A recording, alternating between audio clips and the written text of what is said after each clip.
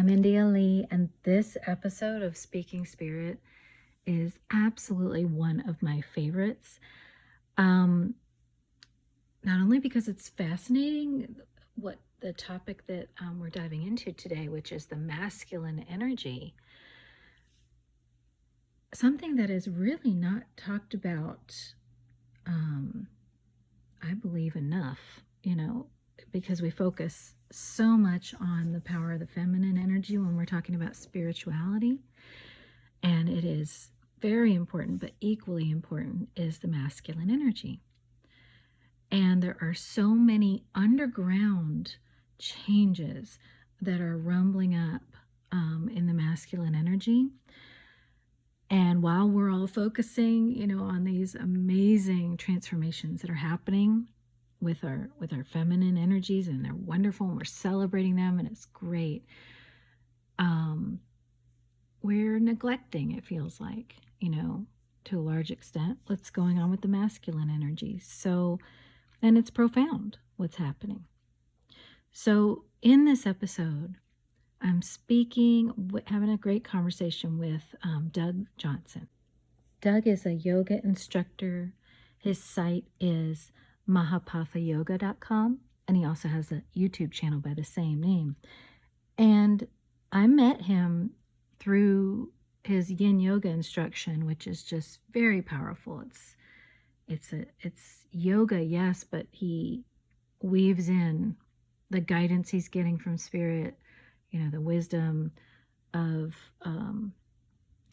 the lessons that he's learned over the years of his training. And it's really fascinating. And he has a very unique perspective. Unique, I feel, in that he's able to voice a lot of things in a calm but brave way that really don't get talked about very much, that have to do with that masculine energy in our world. So this conversation dives deep into that. I feel it's really powerful, and I hope that a lot of men get to hear this episode, because I hope that it gives you the support, or a lot of people of any gender who connect with that masculine energy primarily. We all have a balance of feminine and masculine energies within us, and part of our soul path, a huge part, is coming into balance with those energies in ways that honor our particular path in this lifetime. So that's what we're going to dive into. I feel this episode will have lots that might help you in daily life. I know that it's helping me already. So I'm just going to go ahead and we'll jump into the conversation. Mm-hmm. So the topic that I was inspired about has to do with yin and yang energies within each of us and within the collective, because something I've really noticed is that within myself, I'm very aware of, my masculine energies and the healing that's going on there and how they relate to my feminine. And I'm becoming aware of the ways that we get into one energy and sort of disassociate from the other. And we think that's balance. Like sometimes I'll be all the way in my masculine and not realize it. And I'll go, I'm so balanced. And then I realize my feminine is like tied up in the closet, and it's not balanced at all. And I see that happening collectively, and I'd love to hear what you feel, because with us collectively, I see men, going through some really rough things as they try to come into balance. And it seems that collectively, maybe we're collectively in a yin energy that's pretty good, but now the yang is suffering in a different way, and we're just trying to come into this balance. Maybe men get more raises, or they get paid more, or whatever it is. Like on the surface, it might look like, oh, men are winning. But I'll tell you, as a man, I don't see that at all. I think men are sucking wind. And the sad part is most of them don't even know it. Mm-hmm. Most of them are what I would say call like they're basically zombified. Another word I would use is like a corporate drone, that they're sort of like this mindless, worker bee. And once they have a mate and some children, they just sort of like go to job, come home, unwind with beer and football or video games or whatever their choices, Star Wars. There's a million childish things that men now are, they sort of zone out with that, go to bed, wake up the next day, do the same thing. And are blamed by women for not being able to connect, because Right. Women want to connect and the men Yep. are blamed for that. But at the same time, we're never taught that that was a priority.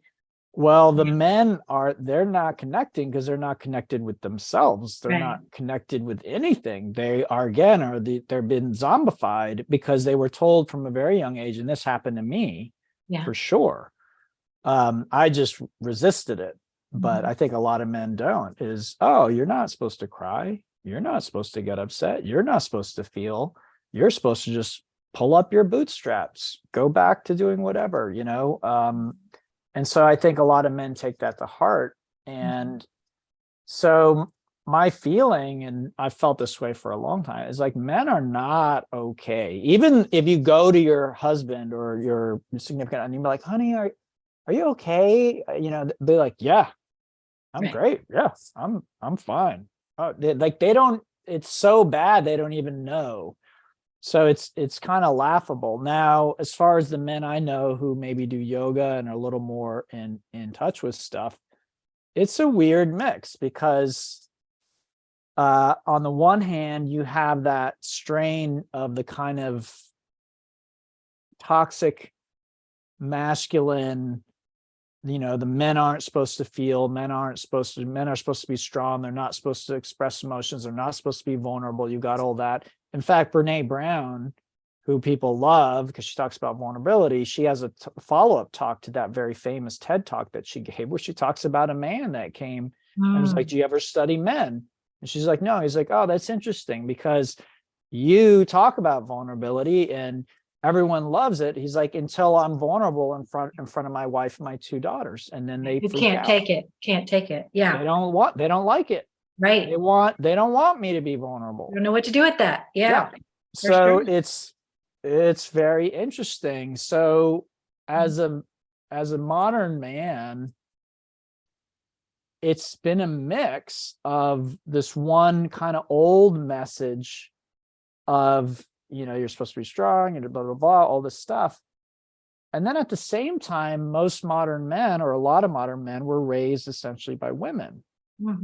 And they were told a lot of things about, I don't know, they were told by women what it means to be a man. And women don't necessarily know what it means to be a man. Men know what it means to be a man. But dad was working, he was gone, he was divorced, he was out of the picture, whatever it was, the million ways that he was sort of out of there. And I have to say that has been something that as a modern man, I'm having to learn, like because it's interesting in relating romantically with women. Women like real men. They don't necessarily like a man that's been raised by a woman romantically, as much as you might think, oh, he's the dream man. He's exactly what I would, because it's like, I think what I want versus what I actually respond to and I actually want. Those are two different things. And I learned that at a young age when I would talk with my girlfriends and, I'd be like, well, what do you want? Oh, I want a rose and I want this and I want a guy who's going to do all this sweet stuff. And so you start doing that and every time you get dumped. And then you're kind of like, okay, something's not right here.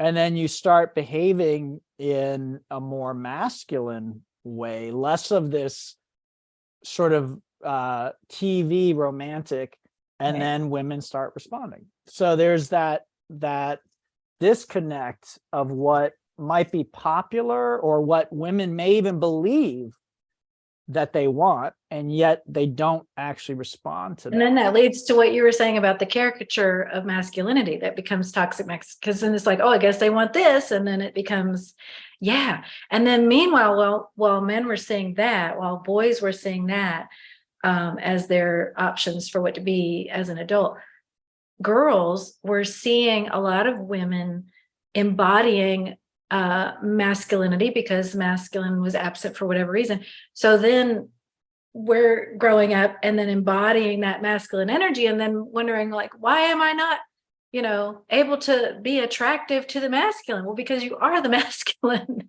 And, so we're all trying to come into this balance. And I guess the key is just surrender to it within your own self. I mean, that's what I'm having to do is acknowledge like, yep, this is here.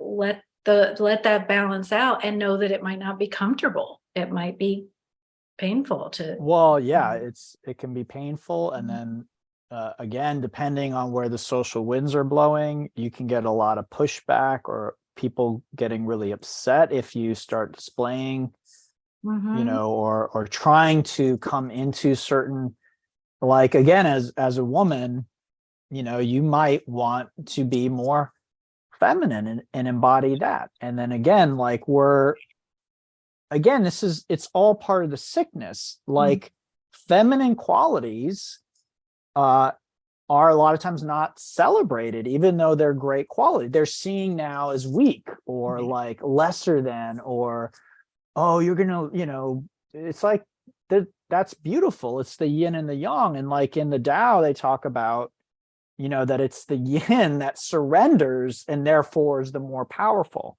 Right. So pretty much no one in spirituality or no one who knows what they're talking about in terms of these energies would ever argue that surrendering or the feminine or the yielding energy is the lesser energy. They all agree it's actually the more powerful.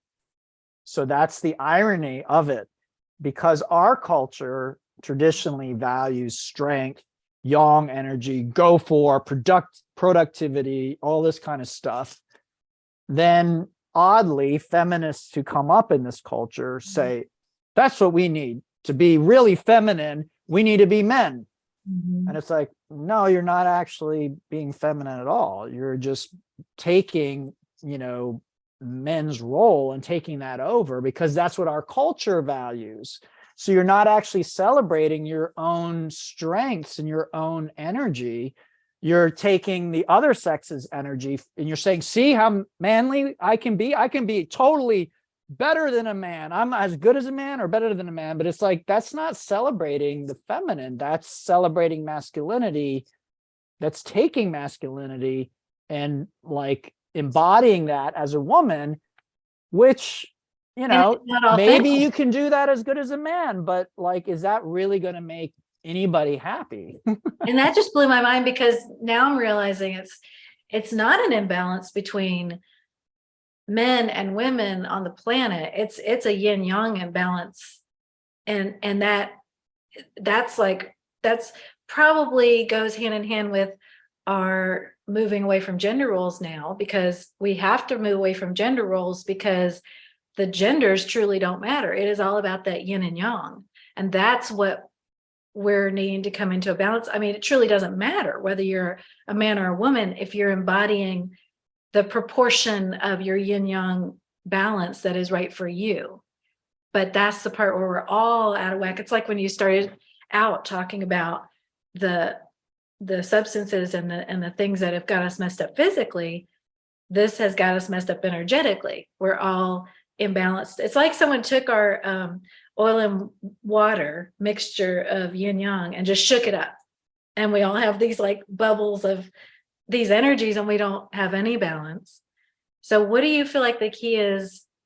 Or I know you can't give me the key, but what are some steps that we can individually start using to, because we have to do this on a micro level to come in? Well, if you want to talk again, I mean, there's different levels. So one level is the chemical level for sure, like clean up your environment, like as much as possible, stop eating out of plastics, using plastics, drinking water out of plastics.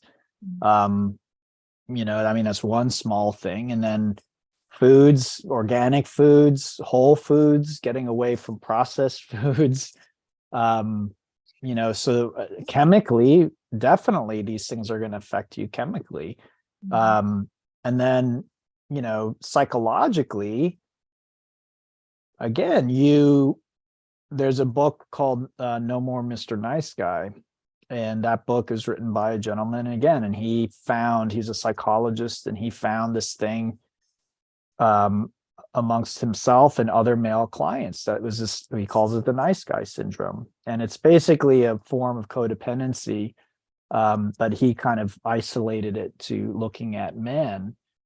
And it's a fascinating read. And he's, talking about all the psychological things that men of my generation and subsequent generations basically went through, where is a lot of the things of again, just being a man, we were basically like told like that's not okay.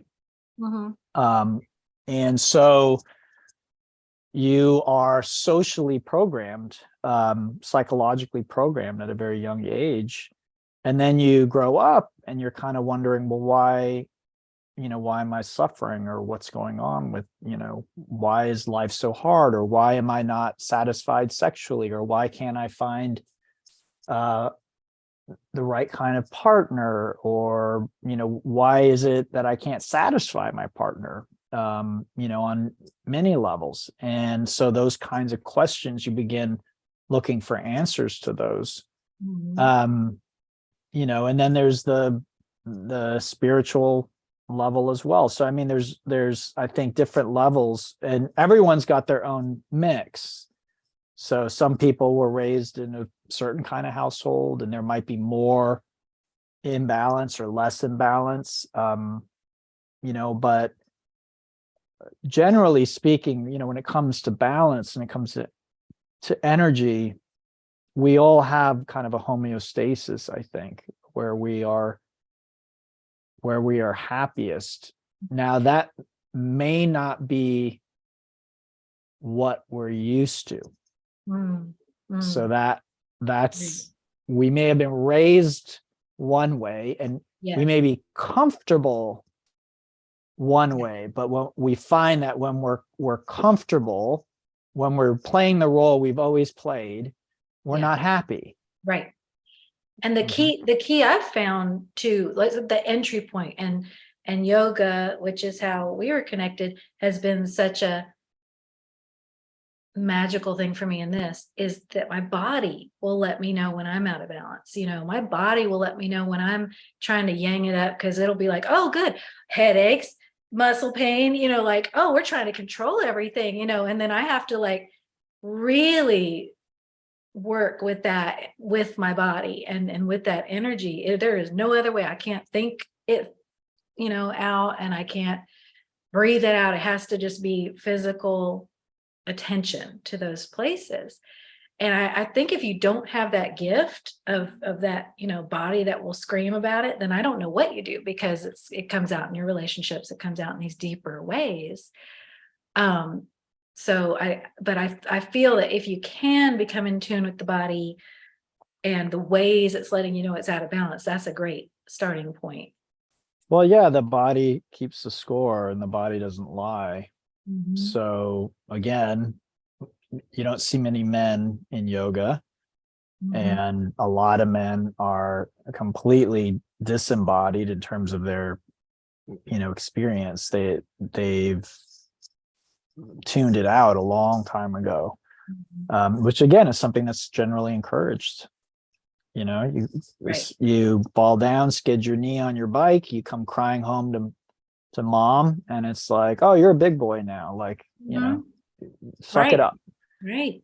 So the pain's there, but you're told like, ignore the pain, like it's not legitimate to be upset about that, or to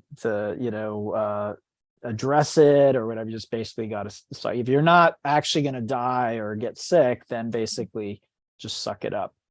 Do you feel that So more support is forming for men? I mean, I've seen things online that are showing, these grief processing groups for men, but they're in other countries, where they can get together and access all of this and support each other through the healing. But where would someone go here to access, that kind of support? Is I it don't think we're there yet, India, to be honest. coming? I feel like we're still, like, the narrative is still so much about the wounded feminine, which Yes. for sure is for real. But again, my point is that you don't have half of society sick. Right. You can't have a society where women are mistreated only and men are great and healthy. That does not exist. I don't care. So again, I really don't like the idea of trying to go back and revise history. So like, again, agriculture societies had a sort of homeostasis, a kind of balance. They survived and they were relatively healthy for thousands of years. Now, again, I don't particularly care for the balance of masculine and feminine in those. I wouldn't want to go live in one of those cultures. I'll put it to you that way. I'm not like idolizing that, but it was a relatively successful model. It was around the whole world basically developed that kind of model, and they all basically came up with the same thing. Right? It's not like, oh, our culture was particularly bad with it. No, you look at any traditional agricultural society, and basically the balance of masculine and feminine was the same, more or less. And so we're moving away from that, which I like. I'm a fan of, but we haven't found balance, and we are sick, and we're pulling a lot of old garbage forward that we don't need. And we're getting rid of things that we probably need to keep.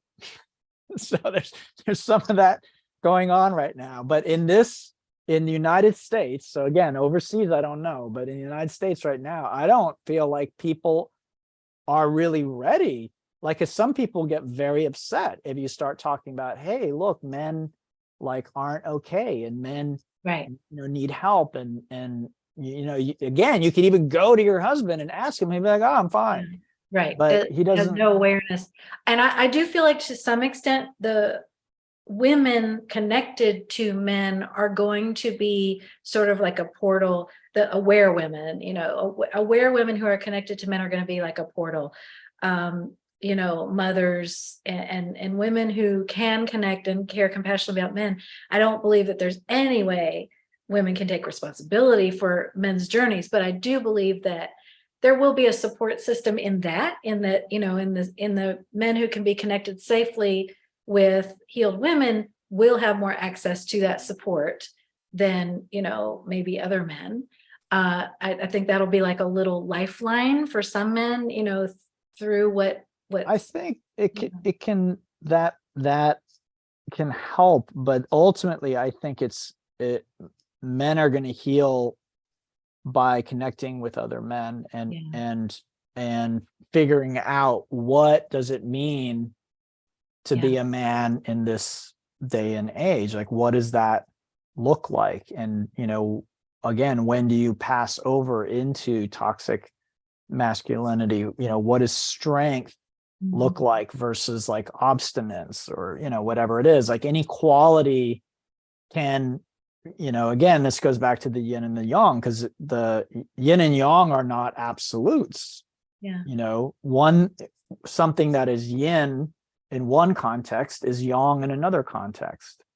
So there's no absolute yin or absolute yang. So you're on the spectrum of masculinity and masculine traits and masculine qualities, and you're embodying that because you're a man.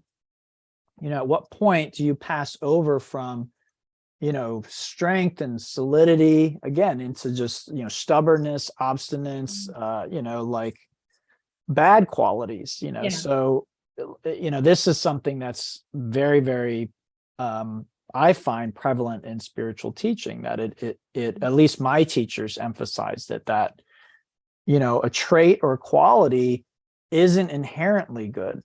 Mhm. It's how much of it, and in what circumstance, and in what place. So I do think that I see with my students sometimes, there'll be a woman, and then she'll pull her partner in, and then they'll sort of travel together. That's kind of I really like seeing that. As long as the But woman doesn't take too much, because in a lot of my readings there, in a lot of my sessions, it's, the woman trying to basically do the stuff for the man and being frustrated because they can't control another person's journey. And that was something we no, were you taught can't. but as women, we were kind of taught we should be able to do that too.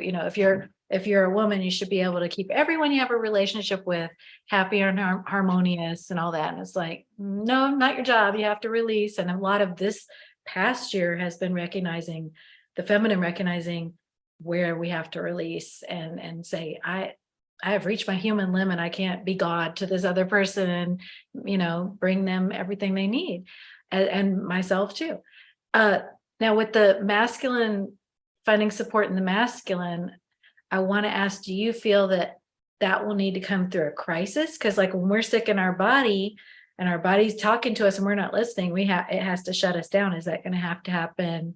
Do you feel where there's some crisis point that will break through that barrier? Maybe we may be coming to that. That I have some, younger men that I sort of counsel and work with, and yeah, it's what you see in the younger generation. It's not just the men either.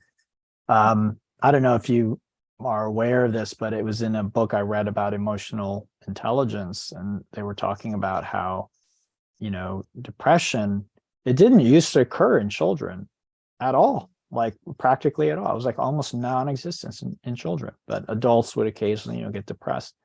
Well, it's going up for adults, but it's creeping down. So younger and younger children are getting depressed.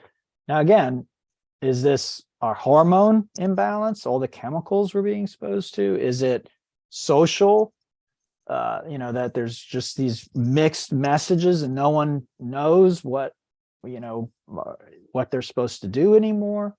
I don't have all the answers, but again, like I said, what I can tell is that we're sometimes you have to get sick to get better. So I'm not saying that the changes are all bad, or that we don't need to go through this, or that we won't come out on the other side a better species, as a whole, like as human beings. I think these are questions we need to ask and things we need to look at. But in the meantime, I think what frightens me is how many people think that this is just kind of like status quo. When you're worry or anxiety, how do you get out of your head? How do you get into a place where you're in the energy you want to be in the midst of all that? These days that doesn't happen very much. To be completely honest with you. I mean, I've done a lot of work to get to that point. So where I try and get my students, and where I try and lead people, as a spiritual teacher, a leader, or guide, or whatever you want to call it, is I want to bring them to where I am. So where I am is I'm generally good, like really good most of the time. Flowing with what's happening. Yeah, just really happy, fulfilled.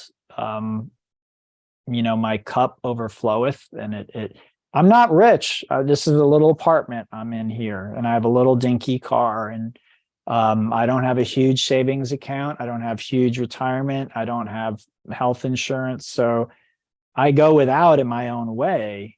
But to me, that only strengthens the case, because a lot of people who, if they were put in my situation, they might freak out. And I'm perfectly You're not mentally resisting any of that. Like you're not setting up mental stress around those things. You're just flowing with things and saying, well, the truth is, like, we don't need that much to be happy. Most of us live very luxurious lives by standards, even just, 50 or 100 years ago. We've got all this stuff, and we've got these huge McMansions that we live in, and all this room, like these empty rooms that no one's in. And, we have more than we need. So I basically have my needs covered. Yeah. And I'm happy with that. I wouldn't mind making more money, but I'm also okay with not making more money. And I am extremely fulfilled by, I'm literally filled by life. Like, it just living life is extremely fulfilling and interesting, and it's mysterious. And, I wake up and I'm just amazed by it. And so it's flipped. Like, most people, I think, live, with a lot of stress and anxiety, and they think it's normal. They're kind of used to it. And then they have moments where they go to Starbucks and they have a latte, and it's like, oh, okay. Or they go on vacation and they go to the, Bahamas, and, oh, so pretty. And they have just these moments of like, ah, but then it's like back to stress, back to, whereas for me, it's the opposite. I generally am living in that, and then occasionally something will pop up. And the work that I try and teach other people to do is what I do to process that. So that requires, mental, emotional, psychological, spiritual processing when your peace is disturbed. So that's really the measure, is you have this peace and you have joy, and that leads to love and compassion for others. So you relate in a very loving and compassionate way. And then when something comes along, a situation or a person or whatever disturbs your peace, then okay, I need to investigate. And it has nothing to do with the situation or the person. It's always you. And it's a lot of acceptance too, because you're talking about these big global things that can be stressful to think about if you're in a place of worry, the state of the planet and all those things. And it's a matter of acceptance that this is what is, and not going into fear and worry about it, but going into it, this is what is, and this is what we need, where we need to head to. Well, what are you going to do about it? Right. Acceptance. But that's such a rare thing that we're not taught to do, because we're taught that, we're supposed to fret over things. We're supposed to, freak out, but it's just, it doesn't do you any good at all. It's just a waste of mental energy. And I mean, with global warming and some of the other, we may be that, and as human beings, we might be the last generation or few generations of human beings, who knows? And it's just sort of like, but what is, you and I don't have control over that, right? We don't have influence. I try and recycle, I try and do every little thing I can, but I can do that without worrying. So it's like any action that we can take or anything we do, we can do that without worry. And so worry doesn't really add any value, right? As far as I can tell. Right. Anxiety, worry, stress, like these things, especially on a prolonged basis, right? Again, if you get hit with something and you're temporarily like, oh, I need to figure something out about this thing. Then you address it and then you put it aside, right? But that kind of chronic worry, again, it's just another thing that we don't, our culture doesn't teach people how to use their brains and how to pull the garbage up. And that's a large part of what I'm doing these days, trying to help people with inquiry, because that's more psychological, and that's how you can clean up the unconscious. Yeah, that's been a focus that I've been called to as well, of helping to, and doing it within myself, and helping to distinguish between what is just thought and what is actually what your soul is telling you and what your heart's telling you, and learning the difference, because our egos are tricky that way. Well, I like to close our talks with just a little look at the cards. And in this case, I pulled some cards for the feminine energy, getting back to that, and then for the masculine energy as a collective.